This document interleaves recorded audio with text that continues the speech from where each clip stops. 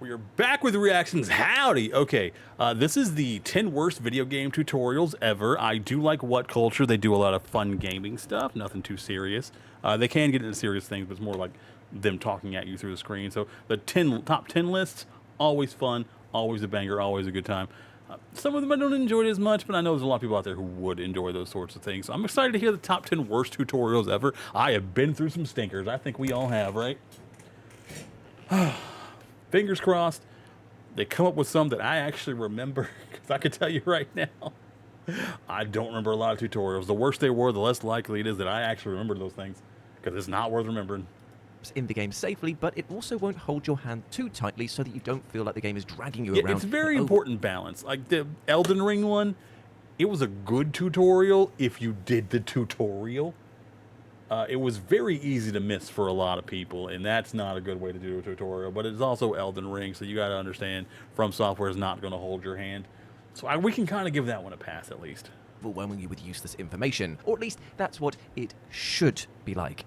The examples we're talking about today, oh boy. So let's have a chat about them. As I'm Jules, this is WhatCulture.com, and these are the 10 worst video game tutorials. I remember Black and White Pete, that made me so happy. Number 10, the prologue is a mess. The Witcher 2. Okay. Okay, I started Witcher 2. I did not finish Witcher 2. I was playing it and I'm like, I am not in the mood for this game. You ever get into a game that you're excited to play and then suddenly you're like, this is not what I want to play right now, and it's kind of ruining it for you? You got to immediately stop playing and then find something you do want to play, because you do not want to ruin a good thing. I remember watching Gravity Falls for the first time. Hated it. It was so boring. I did not like Gravity Falls. Turns out I was just not in the mood for it. So then like a year or so later, I tried watching it again. Loved it. Immediately fell in love with Gravity Falls. A lot of things are like that. Shows, movies, games. Sometimes you don't feel like that right now, even though you know it's right up your alley. So just come back to it later. Try it again. The Witcher 2 is a brilliant game, that is for true, but as far as tutorials go, well, it does leave a lot to be desired. The sequel's prologue, which is designed to act as an introduction to the basic mechanics like combat, potion crafting, and the skill system, is so notoriously difficult for some that even veteran players returning to the title after a while might actually struggle to navigate through it. Yeah, the tutorial is pretty much as counterintuitive and beginner-unfriendly as it can get. Not only does it provide little info on its objectives, but it also forces players to deal with challenges that will require them to have some skill and knowledge beyond that of what it aims to teach you. The enemies you fight are strong enough to down you in an instant. The map is chaotic and difficult to navigate. It really was. Some of the things you have to do, such as investing points into your skills, have additional unmentioned objectives that won't let you continue until you figure out what to do yourself. The whole sequence is so disorganized and frustrating, but at least it doesn't last too long. Well, unless you keep getting killed and or stuck, that is. Number 9, did not. A big tutorial island. Pokemon. I didn't. Pokemon Sun and Moon. Oh, yeah. I got feelings on this one. It was a good game. It was beautiful. It had a lot of good Pokemon in it. The story was fun. The villains were actually a lot of fun to interact with. Unfortunately, it did hold your hand way too much in that game. It took so long for me to feel like I actually had control over what I was doing, only for it to immediately throw me into like a conversation I didn't want. Dude, just let me play the game. I just want to be a Pokemon master. I don't care about your problems. You can just tell me about the Totem Pokemon once, and then that's all I needed. Sun and Moon.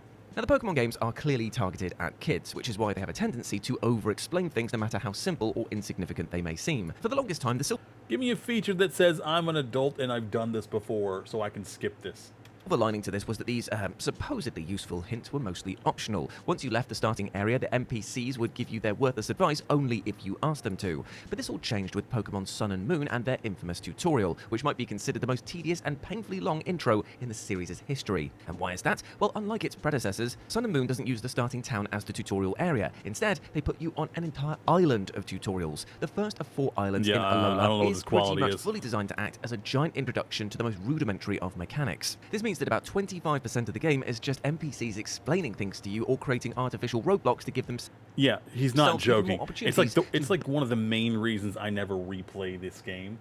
Like, as much as I'd love Sun and Moon and Ultra Sun and Moon, I recommend playing Ultra Sun and Moon though. As much as I love them, I don't want to go through all the tutorial again. It's very slow and boring, and I don't like it. Access denied. Babble about tips and hints. Getting through the tutorial. Wick, why do you keep redeeming things that have nothing to do with what I'm doing? Tutorial can easily take up to an hour of your time. And the worst part is you're not really going to walk out of it feeling as though you learned actually anything useful. Wick, leave Number a 8, name and I'll something name my next different. Pokemon. Spider-Man Hashtag. 2. A contentious entry right now, but the Spider-Man Never 2 game for the played this PlayStation game. 2 is beloved I've for its heard things, absolutely but they're brilliant mostly and good innovative things. web-slinging mechanics. But what it isn't so well remembered for is its tutorial, which is Yeah, as it bizarre explains why I as it probably heard can that, be nothing else. annoying. Instead of creating dedicated tutorial levels in order to acquaint the player with the necessary gameplay elements when they need it, the game features over 200 hint marks, which give you random hints and trivia about the game when you move into them. Now, the system wouldn't be Really? necessarily so bad if the marks appeared in specific missions, but in reality, they're scattered all over the open world map, and some of them don't even contain hints about the game, but random trivia about Spider-Man and the real-life New York City. To make Well, it things even sounds less fun as long as informative, it's one of the marks optional. tells you that the narrator for the hints will tell you something different if you manage to find them all. And by that, he means that when you finally listen to all of the hint marks in the game, again, there's more than 200 different locations on the map, the narrator will literally start saying the words, something different, every time you trigger them. And yes, What a troll. I love it. Also, Wick, leave a name and I will name the next Pokemon that. I promise. it is funny, but now the tips make even less sense than before, so technically, this is about tutorial, even though I did really enjoy it. Number 7, Orden Village is a long, long slog. The Legend of Zelda Never Twilight played Princess. Twilight Legend of Princess. Zelda Twilight Princess is one of the most interesting entries in this series, offering a darker and more mature retelling of Link's classic clash with Ganondorf. The game is filled with plot twists, action, and adventure, but before you can get into all of that Zelda goodness, you have to get through the game's tutorial first. Yeah, I've only ever played 3 Zelda games. I played Ocarina of Time, which was not fun, and then I played Breath of the Wild, which was one of the most fun I've ever had in the game, and then Tears of the Kingdom, which felt like the same, but like, which I enjoyed. I enjoyed playing more of it. However, it also felt like they added too much to it, that it didn't feel like that game anymore, and then it was, I don't know, it didn't feel quite like Breath of the Wild. I don't know how to put it, but it felt like Breath of the Wild, but not like enough Breath of the Wild. First. Unfortunately, this is where the fun grinds to a halt before it even has a chance to spread its wings. The tutorial for Twilight Princess takes place in a small village called Ordon, where Link gets to spend some time familiarizing himself with the hero business and all of its associated mechanics by taking care of more mundane tasks such as goat herding and fighting training dummies. The entire sequence is pretty immersive, but it gets old really quickly when you know an epic Zelda-style adventure is just around the corner. However, if you think Also, you I can quickly imagine if you breeze played through it all of more this, than well, once, it's think probably again, annoying. because the village tutorial isn't just a small segment of the game, it actually stretches over the entire first chapter, meaning you might spend almost 2 hours or even more trying to complete it. At this point, you Good might as to well see turn the Link sound into a alert is goat working. wrangler permanently.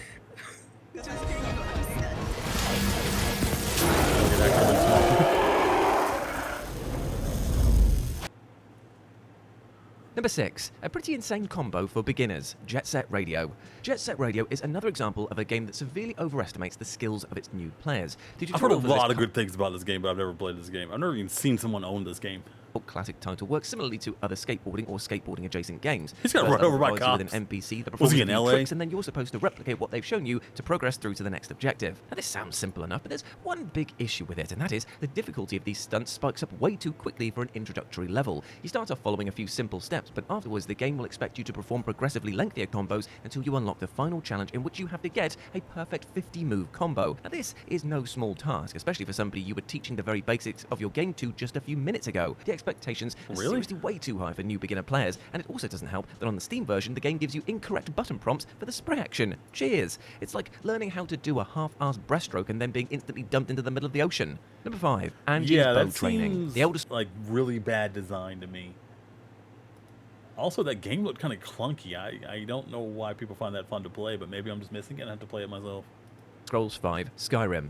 Skyrim's intro might be one of the most universally hated tutorials in gaming. It's long and tedious, you can't skip it, and worst of all, it doesn't teach you anything important that you wouldn't be able to figure out on your own. However, it turns out that Skyrim does contain a more useful tutorial that even rewards you for doing it. It's just that it's set in such a faraway and remote location that even veteran players have probably never visited it. To the south of Falkreath, near the Ancestors Glade, there's a small hut belonging to a widow called Angie. The woman will be wary of the player when they first approach her, but after a short never been conversation, here. she'll offer to give you lessons on archery. Unlike the intro tutorial, her lessons actually provide the player with useful hints on how to increase Oh, their that's accuracy. cool. The tutorial is genuinely informative and even rewards you with free archery points, but none of this really matters since, well, her hut is in the middle of nowhere. The location is remote and it's hard to reach due to being on a mountain, so no one, especially new players, is going to discover it unless they spend I have hours never exploring been there. Skyrim. I mean, what's the point of making this encounter into a tutorial and then just putting it in the middle of nowhere? Number 4, the Cave of Knowledge, Elden Ring. From Software games don't like to explain, well, anything to the player, but Elden Ring has to Yeah, take the this is the one I was telling you about where it's a good tutorial, but it's not an obvious tutorial. You can run right past it. cake for being so unintuitive that even the game's tutorial requires a tutorial in order to enter it for some. The introductory lesson in Elden Ring is the Cave of Knowledge. The cave offers a genuinely good explanation of Elden Ring's mechanics and a few enemies for you to test your newly learned skills on. The only problem is that you don't start the game in the Cave of Knowledge. It's actually a separate location that you have to enter on your way to the Oh, they're hub all world, black and white. the entrance, according to There it some, is. is so poorly located that most players don't even realise they're walking past it. Because the entrance is a dimly lit corner opposite to the giant glowing door that leads you out to the actual starting location, pretty much every beginner player ignores you have it. to jump In down fact, that hole. even those who have played through the entirety of Elden Ring might be And if you've played through a game before, you know not to jump down holes. So why would you? surprised to hear about it, as you don't ever need to backtrack to the start of the game in order to finish the game. If you ever wanted to give it a shot though, the effort is well worth it, because the cave even rewards you with a unique gesture. Number 3, Twilight Town fails to deliver on all ends. Kingdom Hearts 2. Kingdom Hearts fans can you're be divided right. into two. I'm gonna be honest with you. This is the longest tutorial of all time. It is the main reason I do not play Kingdom Hearts 2. Because I do not like going through Twilight Town. I need a skip button if I've already done it or something, man, honestly.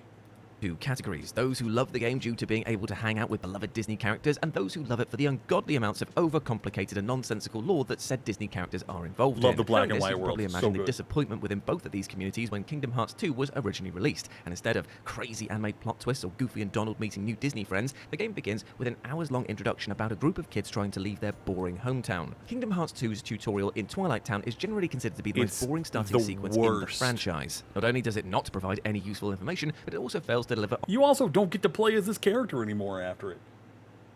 Like, it's an entire tutorial that takes way too daggum long with a character you're never going to actually play again. And I don't feel anything for this character. It's ridiculous. On the type of content that the series' fans appreciate. There are barely any Disney references in the intro, no Organization 13 or Heartless. You don't even get to play as the series' main protagonist, Sora, even though he is the main playable character for the rest of the game. If Square Enix wanted to write a coming-of-age story so bloody badly, they could have just created a separate title. Number 2, the intro gets boring real fast. I mean, they played Fallout separate titles for less. Like, one of them is basically just you trying to recover memories. It's an entire game where you're just trying to remember things that happened in the other games. It's freaking a waste of a game, man. 4. Now, Fallout 4 suffers a similar problem to Skyrim in that its intro is overly scripted, and so every time you start a new playthrough, you have to play through the same hour-long sequence of tutorials and hand-holding. The intro is well written in terms of It showing honestly the backstory does of your not take that long. It does not take an hour, man. But it could be skipped a little bit. I will give them that. They should add a button in there for. There's a lot of games that should be adding buttons in for skipping tutorials. I'll tell you that. It's ridiculous. character and how they ended up as the sole survivor of Also, Borderlands, make sure I can skip your cutscenes when you come out with the next game. I'm not joking. Your writing is garbage, and maybe I don't want to listen to it. Vault 111, but the immersiveness aside, after the first couple of times you start a new playthrough, having to do the same go here to talk to that routine with no means of skipping it can feel very, very boring. And unfortunately, you have to do it quite a few times if you want to see all the endings, since most factions are incompatible with each other and require you to start a new game. No. That's bad advice. Here's the thing. Whenever you're getting up to the point where you go into the Institute, start their quest and then save. Make a hard save. And then you just go through the endings. You do not need to play through the entire dadgum game more than once just to get all the endings. And they are gamer enough to know that that is not how that works. Not to mention, if you want to join the Minutemen faction specifically, their first couple of missions will always be tutorials on how to build bases and interact with settlers. So each time you want to go through this again, you have to waste your time getting familiar with things you already know way too well. You don't Just have to do let that, us though. play the game already. And number 1, it's worse than an actual driving test. Driver. Listen, you knew it was going to be on here. Come on. I mean, how many times have we spoken about this before? But the thing is, it's quite weird because The hardest tutorial, probably the hardest tutorial. This tutorial is harder than most games because you can't do some of the things. Like, just starting this game, you're not going to be able to do some of the maneuvers you have to do in, like, the parking lot area. It's so difficult. obviously I'm speaking to you, the viewer, and I don't know your age, but the thing is, I'm quite an old head gamer. I played this day one when it came out. I was so excited. My dad brought home a copy of this game, plonked it down, and just said, don't bother me for like 30 hours or so. And so basically, I turned it on, went there, and I was just like, I can't beat this game. I can't even start this game. I can't even get through the opening garage section. What's going on? And he just did that thing, you know, that all dads do. He came downstairs, and he was just like, right, okay, you bothered me now, so let me just get through this, and then I'll just go away for a bit. He's like, have you put it on very, very hard? Have you put this on very, very hard, brutally hard mode? And I'm just like, no, I haven't. So we just sat there and tried to beat it for the rest of the afternoon. And at the end, he was just like, it was the classic thing. I'm pretty sure he was the guy they originated the quote from, which was, "What the hell's a slalom?" He didn't know. Why would we know at this point in time? I was a kid. I didn't have a clue. I thought it was a type of meat. But yeah, and there's a script in front of me that I meant to read, but I think I've given you a... Yeah, it was old enough that I'm not even sure you could have looked it up online and found the answer. Like it was ridiculous that they did not describe to you what buttons you needed to push to do these moves.